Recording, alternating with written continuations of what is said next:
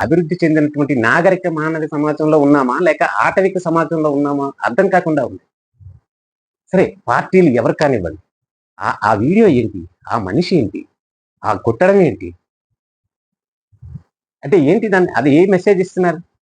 ఇంట్లో పెట్టి మనిషిని కొట్టడం అంటే ఏం మెసేజ్ ఇస్తున్నారంటే, గతంలో ఒక ఫ్యాక్షనిస్ట్ గాని రౌడీ గాని ఎవరైనా సరే వాళ్ళు అందరినీ భయపెట్టి ఆ భయమే బలంగా వాళ్ళు బతుకు సాగించే పరిస్థితిలో వాళ్ళు ఏం చేసేవాళ్ళు, ఒక కోడలి, ఆ కోటదుర్గ కోడలి, లేకపోతే ఆ సెంటర్స్, అన్ని రోడ్ల కోడలి, అందరూ జనాలు ఉన్న చోట, ఒక కాలేజీ ఉన్న చోట, లేకపోతే గుడి ఉన్న చోట, ఒక సినిమా హాల్ విడిచిపెట్టే టైంలో, జనాలు వచ్చే టైంలో నలుగురు ఉండేటప్పుడు అందరినీ భయకంపితం చేయడం కోసం ఆ మధ్యలో మీరు ఎటు వెళ్ళకండి, ఇక్కడే ఉండండి, వీడిని నేను ఎలా తంతానో మీరు చూడండి, వీడిని ఏం చేస్తానో మీరు చూడండి అని చెప్పి అలా భయపెట్టేవారు.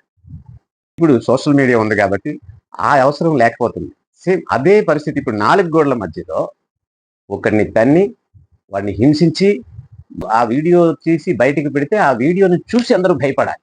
రేపొద్దున్న ఈయనకి ఎదురు చెప్తే మన పరిస్థితి ఇదే సుమా అన్నంతగా భయపెట్టాలి.